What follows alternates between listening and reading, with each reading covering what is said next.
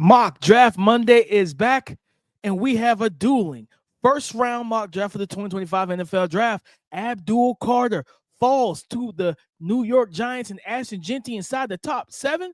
We can talk about that and more coming up next.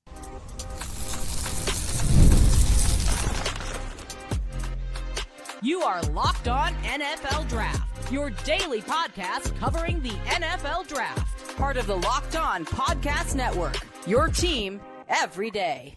Welcome back to the Locked On NFL Draft Podcast, your daily podcast covering your favorite draft prospects, part of the Locked On Podcast Network, your team every day. I'm your boy, Damian Parson. I'm an offensive draft analyst over with Bleacher Report. That's my guy, Keith Sanchez. He is a director of scouting with the Draft Network and 2019 national champion with those LSU Tigers.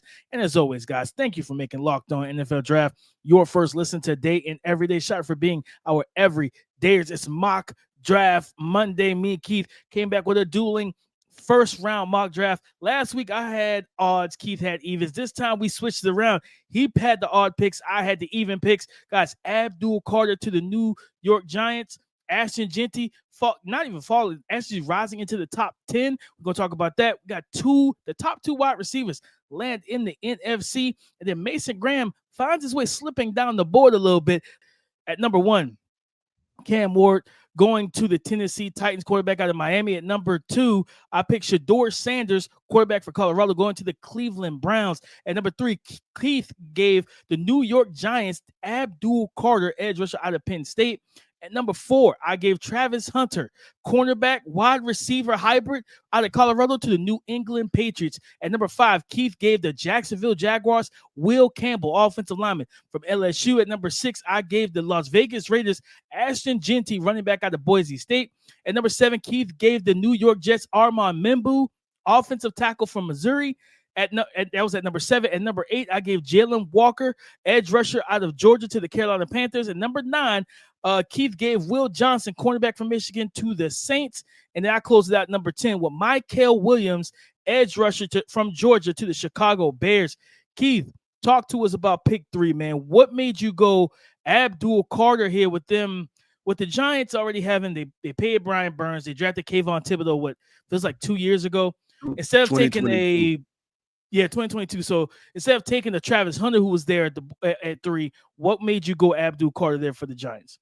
Yeah, it was a tough situation. That's why it took me a minute to put my pick in, right? But I think if you ask people who's the best player in college football, I think now people are leaning more towards it's Abdul Carter, right? And I think if you have an opportunity to just get the best player overall and you're adding the best player available tactic to this situation, I think that you can figure it out, because the thing that we always say with Abdul Carter is how versatile he is. This is only his first year playing edge rusher. He was a premier player playing stack linebacker, right? So could you insert him into this linebacker situation for the New York Giants? Now you have three edge rushers. You can make a decision on how you feel about Kayvon Thibodeau in a year or two, right? If you want to extend him, how much money you want to give him. Do you want to kick Abdul all the way down? So I get it.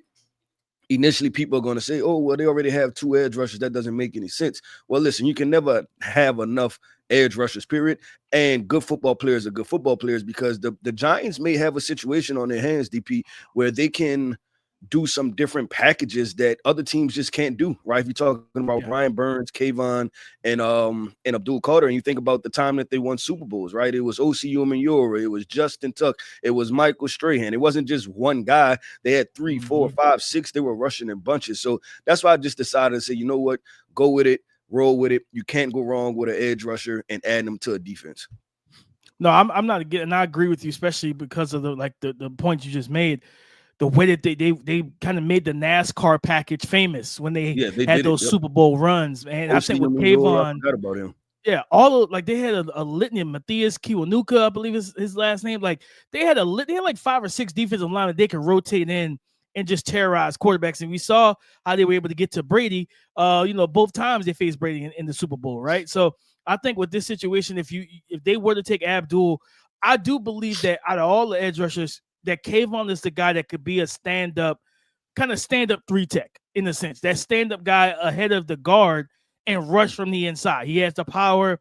He has the strength to do so. Where I look at Brian Burns and Abdul, I don't really want them in that spot. I want them being the fastballs off the edge. I think he can do that and just basically stand him up next to Dexter Lawrence, who's one of the best pass rushing defensive tackles, even though he's like 330 pounds or whatever he is. He's an elite tackle, defensive tackle in the game. I'm not mad at that pick at all. It just was, I was like, all right, like, with Travis Hunter being on the board, what made you decide to go there? But it makes a lot of sense, especially in a division where you got to get after Jay Daniels. That's what I was going to say. You're talking about if you have Abdul Carter on the second level and he's kind of the spy guy, right? Yeah. Like that's a luxury to have Abdul Carter, you're another premier edge rusher with elite closing speed and tenacity and everything else. He's spying Jaden Daniels for an entire game. Yeah. He's going to be tired, but Jaden is going to be tired also too, right? Like he's going to get tired of having Abdul Carter on him. Especially because you know that you still got Kayvon. While you got him spying on the second level, you got Kayvon, Dexter Lawrence, and Brian Burns rushing you off the edge. So I'm not mad at that at all. Man, at number 6, it's been a lot of steam growing for Ashton Jeanty to the Las Vegas Raiders. At first, I was like, man, I don't know, because they could go quarterback. They could go corner with Will Johnson. And then I'm thinking about Pete Carroll. And those Seattle Seahawks offenses were successful. Yes, Russell Wilson was there. They had Jermaine Kearse, Doug Baldwin, eventually Tyler Lockett, and all that type of stuff. But they had beast mode. They had a vicious run game.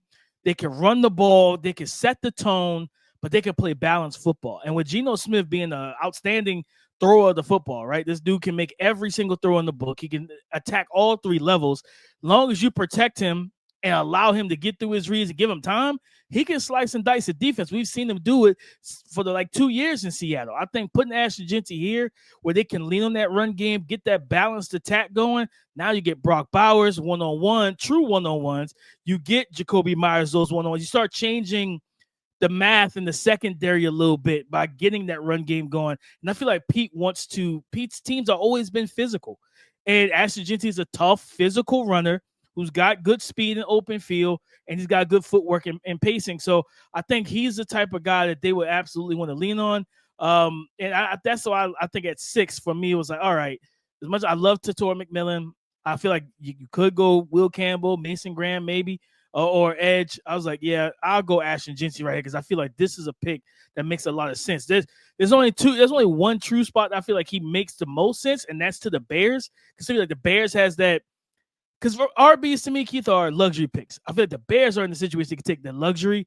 I feel like the Raiders believe they're in that spot where they can absolutely take a luxury pick to build this offense, to add another building block to this offense. I think Ashton Jeanty could be a good piece for him. Yeah, DP, I want to, and we'll do this on a pod later this week. I want to talk about Ashton Jeanty's pro day and not running a 40, right? Because I've seen conversations about that and just what does that mean, right? And was there some type of avoidance in the situation, or does it not matter at all? Should we invoke that into the conversation, especially being RB1? Does that affect how high you would take him? Because you're talking about being a premium top 10 pick, right? With a question mark for a 40 time. So I want to have that conversation. Let's do that on a pod later this week. Have that conversation, but I thought you was gonna say something. But real quick, one of my favorite picks, DP, and I think this is kind of a make sense pick, was the Amon Membo to the Jets. I really like that pick just because I like that they get to get a right tackle, right? Like the last year they did the whole, the 1 year rental situations, with Tyron Smith, and was it Morgan Moses on the other side? Yeah, who's in New England now. He's in New England now. And so he's gone, and then Tyron Smith, I don't think they're re-signing Tyron Smith. So you have Olu Fashanu because you drafted Olu Fashanu last year, which turned out to be a good thing. Like, because you kind of looked ahead, and then now you're like, okay, cool. At least we got a left tackle, right? Now get a right tackle, and then you can put somebody up there. Justin Fields, maybe for the first time in his career, will have 2 good tackles blocking for him, and then he can kind of take off from there. And I know at center they have your guy, it's that Joe Tipman, I believe. Joe Tipman at center. So they have a pretty solid offensive line to be able to have a run game and do some different things, and then you don't have to worry about transitioning Amon Membo to a left side. I just think that this seamlessly fits because they have a positional need also. It does. I think it's a simple fact of let's make sure that Justin Fields can be successful. We gave him a contract. We got 2 running backs with Breece Hall and Braylon Allen. He's going to help increase their effectiveness because we saw what he was able to do for Najee and Jalen Warren. When you think about the QB zone read and the QB keepers, he's going to keep that backside in honest. And a lot of those guys that have one less defender attacking the line of scrimmage because somebody's got to account for Justin Fields. And putting Olu Fashanu playing his natural spot at left tackle before he got hurt, he was playing outstanding ball at left tackle, putting Mimbu at right, and now you have the guys you want, or you believe you have the guys you want on the interior. Justin Fields could have a year if they decide to go there at 7. Yep, I agree with DP. Let's do this, man. Things got wild, right? Past pick 10, things got a little hectic. And we're going to talk about that, man. We have 2 wide receivers that land in the NFC. And I feel like one of the destinations nobody's going to be expecting. Let's talk about that coming up next. Today's episode is brought to you by FanDuel, America's #1 sportsbook. March Madness is here, and FanDuel is giving you the chance to get in on the action like never before. Right now, new customers can get $200 back in bonus bets when your first $5 bet wins. You heard me correctly. That's right. That's 200 extra bucks to use on everything from buzzer beaters to Cinderella stories and even who you believe will be cutting down the nets when it's all said and done. Stay in the action with tournament games happening almost every day. There's always something exciting to bet on. The FanDuel app is safe, simple, and super easy to use. And when I win, I get paid instantly, no waiting around. To get in on the action, go and visit FanDuel.com today to join and get in on the college hoops action all tournament long. Again, to join today, visit FanDuel.com and get in on the college hoops action all tournament long. Picks 11 through 20. At pick 11, Keith selected Tator McMillan, wide receiver out of Arizona, to the San Francisco 49ers. At pick 12, I gave the Dallas Cowboys Matthew Golden, wide receiver out of Texas. At pick 13, Keith went Calvin Banks, offensive lineman from Texas, to the Miami Dolphins. At pick 14, I selected Jihad Campbell, linebacker / edge from Alabama, for the Indianapolis Colts. At 15, Keith gave the Atlanta Falcons Mike Green, edge rusher from Marshall. At pick 16, I gave the Arizona Cardinals Walter Nolan, interior defensive lineman from Ole Miss. At pick 17, Keith gave the Cincinnati Bengals Shamar Stewart, edge rusher from Texas A&M. At pick 18, I went Gray Zabel, interior offensive lineman from North Dakota State, to the Seattle Seahawks. At pick 19, James Pierce Jr. comes off the board for the Tampa Bay Buccaneers. And at pick 20, I gave Colston Loveland, tight end 1, to the Denver Broncos out of Michigan. Keith, let's talk about Tator McMillan to the San Francisco 49ers. What went into your decision to put wide receiver 1 in San Fran? Yep, let's talk about it. Because I think initially everybody's going to sit there. There's no way that this happens, right? But not about it happening, but about, is it a positional need? It is. And here's why. Because Brandon Ayuk last year, or the previous couple of years, right? The regime has been, you've had Brock Purdy, Christian McCaffrey, but at the wide receiver core, you've had Deebo Samuel, and Brandon Ayuk was your emerging superstar, right?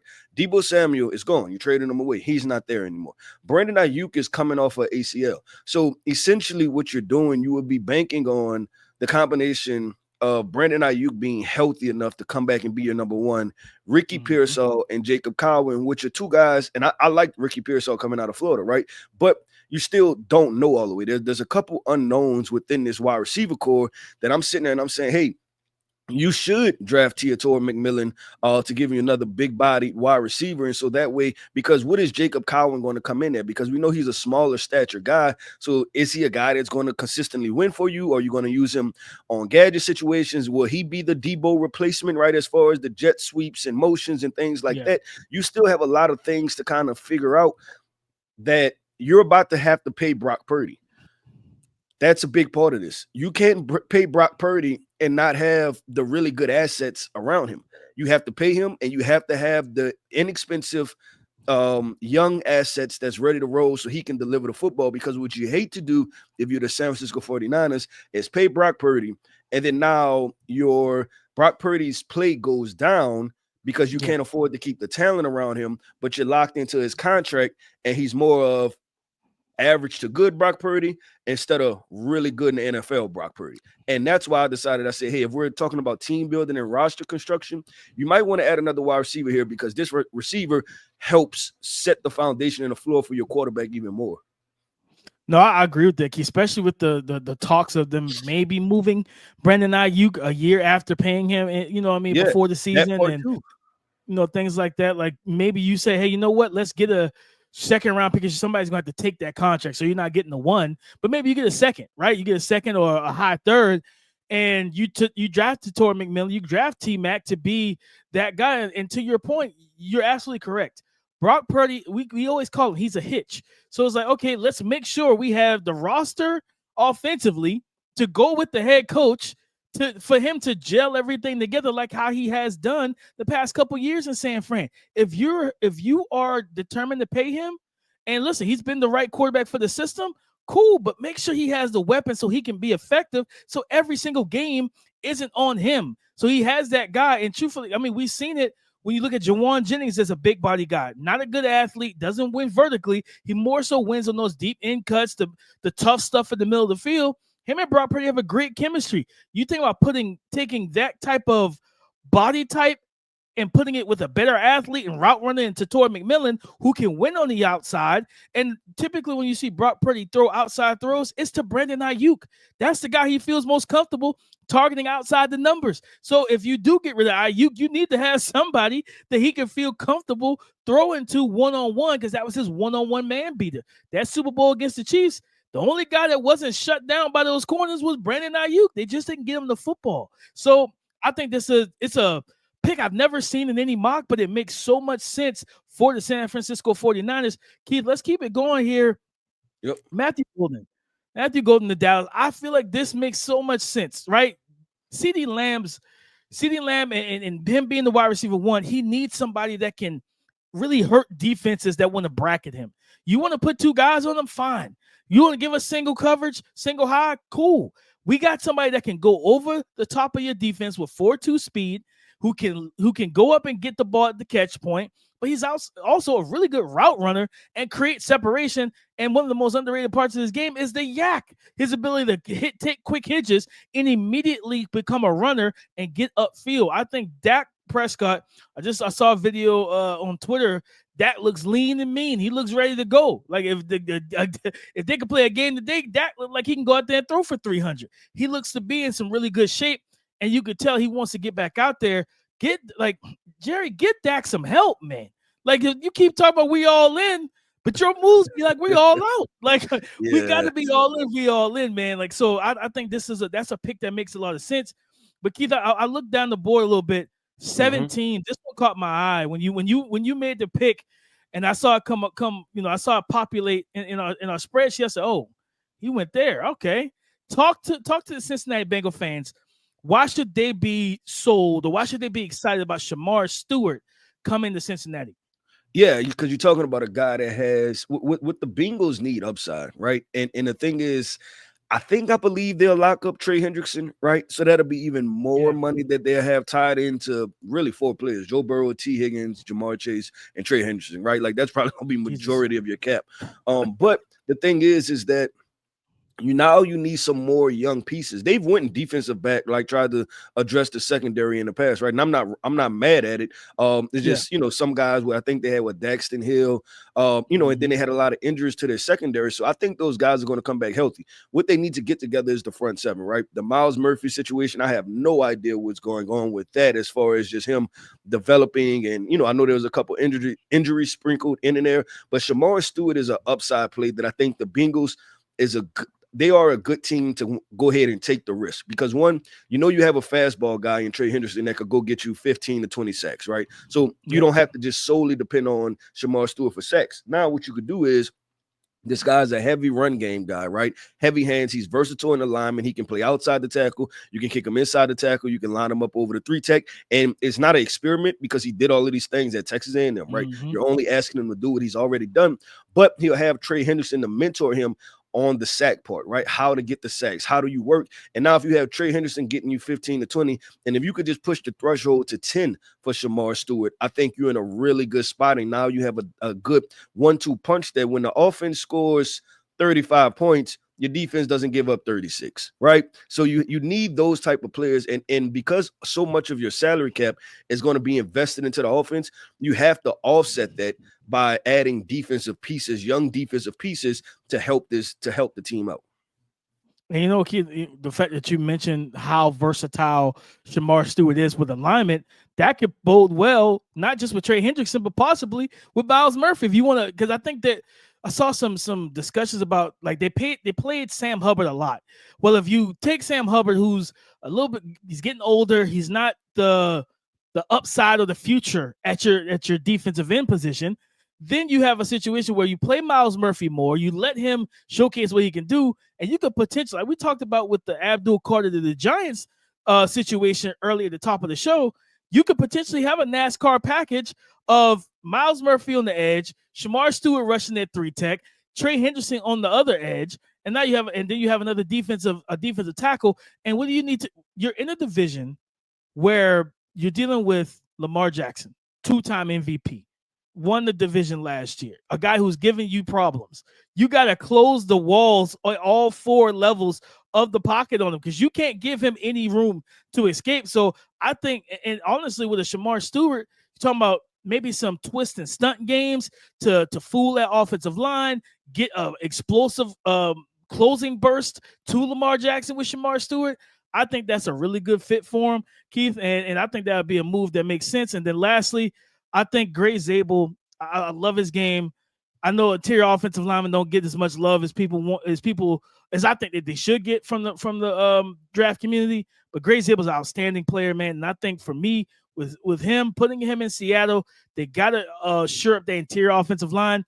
We watched how bad it was, and how much Geno Smith was pressured last year. Sam Darnold's not that confident with pressure in the pocket. Let's go ahead and get somebody on the interior offensive line to help him out.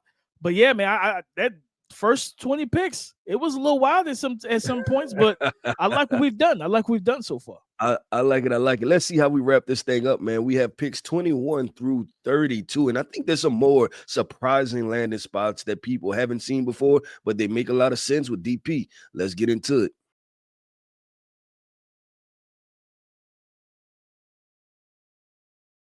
Thank you for making Locked On NFL Draft your first listen today and everyday shot, for being our everydayers. At pick 21, the Pittsburgh Steelers got Will Howard, quarterback out of Ohio State. At pick 22, I gave the Los Angeles Chargers Tyler Warren, tight end out of Penn State. At pick 23, Keith gave the Green Bay Packers Jahdae Barron, corner out of Texas. At pick 24, I gave the Minnesota Vikings Trey Amos, cornerback out of Ole Miss. At pick 25, Keith gave the Houston Texans Mason Graham, interior defensive lineman out of Michigan. At pick 26, I gave the Los Angeles Rams Ezariah Thomas, cornerback out of Florida State. At pick 27, Keith gave the Baltimore Ravens Donovan Ezeroku, edge rusher out of Boston College. At pick 28, the Detroit Lions, I gave them Nick Scourton, edge rusher from Texas A&M. Keith gave the Commanders Malachi Starks out of Georgia, safety. I gave the Buffalo Bills Benjamin Morrison, cornerback out of Notre Dame. Keith gave the Kansas City Chiefs Josh Simmons, left tackle out of Ohio State. And I gave the Philadelphia Eagles Tyler Booker, interior offensive lineman from Alabama. Keith, let's talk about the fact that Mason Graham fell all the way to 25. What happened? I looked down and I looked up. I was like, wait, when you picked him, I was like, is Keith tripping? Like, I thought he already came off the board, but somehow you slipped down for us. Yeah, man. It just, I think, and this is why mock drafts are fun, right? Especially the dueling mocks, because, you start to split up what do people prioritize for specific teams, right? And I think this actually makes it more realistic, because it's always, and it's on draft night, it's always going to be one player that kind of slips through the cracks, right? And some team finds, like in with the 2022 draft, right? That was the Kyle Hamilton, Tyler Lindenbaum, right? These guys, remember we had the draft show and we were like, who's going to pick them, right? Where are they going? Yeah. Right? And then they fall to really good situations. And I think that's, kind of more of the key right here when you're talking about with Mason Graham and him falling. But I like it with the Houston Texans. Like, it's just more and more of like young piece ready to rock and roll. You're talking about you're on the verge of having your safety situation. You got Chauncey Gardner-Johnson, who I will consistently say, if you pay attention to how many teams he played for, that is not reflective of how talented he is. This is one of the best nickel safeties in the NFL, and I think some years he's the best. Point blank, period. Yeah. He's back there. You got Derek Stingley, all-pro guy. You got Kamari Lassiter, a young guy who's on his way to being a Pro Bowl corner. You got Jalen Petrie. You got what's our guy that they drafted out of USC last year? Yeah, Kalen Bullock. They're good at linebacker, right? With Christian Harris. Then you get to the edge rusher, obviously with Will Anderson, Danielle Hunter. The last thing they were missing was interior defensive line. And you get Mason Graham at pick 25. You're ready to rock and roll if you're the Houston Texans. You're like, you know what? This pick may help us put us over the edge as one of the like top teams in the AFC, and not just we got there, but like, no, we're going to get there and we're going to beat you type of situation. Yeah. 100%. You know, I think they signed Cam Robinson, who played for Jacksonville, to play left tackle, which means that Titus Howard probably stays at guard. You can still draft the offensive line on day 2, and you know, in the second round of the draft, especially if you want to go tackle. You got Ariante Ursery out there. You got multiple guys that you can still get in and bring into this offense. So I think, you get Mason Graham and put him into Mason Graham. Like we watched the tape. You see Mason Graham get double teamed a lot. He's not getting double teamed in Houston. It's not happening. Not with Danielle Hunter. They can't afford it. Not with Danielle Hunter and Henry and our guy Anderson coming off the edge. I think with that and D'Amico calling plays and designing that defense, if you're Trevor Lawrence, Anthony Richardson, potentially Cam Ward in Tennessee, you don't really like this pick. Like, you don't really feel like I want to have to deal with that headache, man. But that's what happened, man. I look at, you know, for me, Keith, I look at the pick you made, the Baltimore Ravens getting Donovan Ezeroku. I love that pick so much because I feel like we've talked about he's one of the more natural pass rushers, not naturally gifted. It's two different things, guys. You could be naturally gifted, have the ability to rush the passer, but a guy that's just natural at rushing the passer in terms of knowing what to do, how to do it, when to do it, that's Donovan Ezeroku, and that's a position that they've been missing. I get it. Yes, Odafio, all these big, the Michael Williams, all these big guys that are super toolsy, but like Odafe hasn't fully developed. Donovan is that bucket getter that you need to get to Joe Burrow, that you need to get to whoever's in Cleveland and in Pittsburgh. Well, yeah, I agree with what you said as far as the gifted versus the guys that's natural. I just thought of something when you said that because I was trying to find a better way to kind of phrase it, right? And it's like naturally instinctive. Like they just have pass rushing instincts. They're like there's just that innate something in them that they just know how to get it done. And I agree with everything you had to say about Donovan Ezeroku. DP, one pick that we passed up on real quick was the Steelers, and I'm pretty sure this is a me pick. That's definitely a you pick. The Steelers drafting Will Howard. I think they need a quarterback. They have to draft a quarterback. Like even if if they get Aaron Rodgers, where do you feel comfortable to draft a quarterback, right? Because this is the thing that if the Giants don't go QB, right, at 2, then can you afford to wait? And then I can't remember if the Giants are in front of the second round, but you know things, and we see so many teams. We see so many teams at the back end of the first round and the top of the second round. They always jockey for position right there, right? To draft a guy. I think it was last year. Was it the Bills jumped up or was it the Panthers jumped back in? I can't remember the draft. Xavier Legetta or Keon Coleman. I know there was something with those transactions. Panthers moved up. Yeah. And so you don't want to be sitting there like, we'll get Will Howard in the second round. We'll get Jalen Milroe in the second round. And then the Giants come out of nowhere, jump in front of you, if they have to even jump in front of you, and then take the player, right? And then now you're sitting there like, I don't know what we're gonna do now, right? And then it's not just them. There are multiple teams that could use another quarterback. You know, what if the Jets feel like, hey, we got Justin Fields, but we want to add another young guy too? So, you know, Justin, you got kind of 1 year. We'll let our other guy develop, and so you're kind of stuck in that position to where, and the Pittsburgh Steelers put themselves there. The Giants play their hand better. They said, give us 2 veterans and then we'll figure that part out. So it just, they're in a tough situation. And that's why the Steelers are definitely behind them. The Giants at the 34th pick. So if they go Abdul or Travis Hunter at 3, if Cam Ward and Shador go 1 and 2, they're absolutely probably drafting the guy at 34 at quarterback. And then the Steelers, the next pick for the Steelers is 83, if I'm not mistaken. They got pick 80. Yeah. So you know what? I'm not mad about that, Keith. Like they would have to make a decision sooner than later, right? I don't even think they have a second round pick if I'm looking, I don't think the Steelers have a second round pick at all. So wow. they have a third. So they go the whole second round without a pick. So yeah, if you especially if the Aaron Rodgers situation happens, even if you get him and you feel like, man, we need to have our backup plan. Yeah, I'm not opposed to them taking a quarterback in round 1 simply because you don't have a second. And you know what I mean? You don't have that second round pick. So it's like, I can't get Jalen Milroe in the second round. I can't get Will Howard or Jackson Dart in round 2. I got to take one of these guys at pick 21. Yup, with DP, that was fun, and I'll see this one. Flipping it from evens to odds, right? That kind of threw me for a loop a little bit. That was fun. I enjoyed it. Because like I said, I think it was more realistic. I think what we do next week, let's see. I might have a mock draft coming with the Draft Network, and if not, we can potentially try to do some NFC, AFC stuff, right? Split it NFC, sure. AFC, have some people make some back-to-back picks and things like that, and that'll be fun. But listen, that wraps up another episode, man, of the Locked On NFL Draft Podcast. I want to end this podcast off by saying shout out to our everydays. Thank you for tapping in with us each and every single day. Every listener is greatly appreciated here over at Locked On NFL Draft. I am Keith Sanchez. You can find me on X at The Talent Code. That right there is my guy, my co-host, Mr. Damian Parson. You can find him on X at DP_NFL. And like we like to say, man, y'all come talk to us because we like to talk back. Go subscribe and follow for free on YouTube, wherever you listen to podcasts, to get the latest episode as soon as it is available. Guys, on tomorrow's show, we are going to rank the top 10 tight ends in the 2025 NFL Draft. So come and join the conversation again tomorrow on the Locked On Podcast Network, your team every day.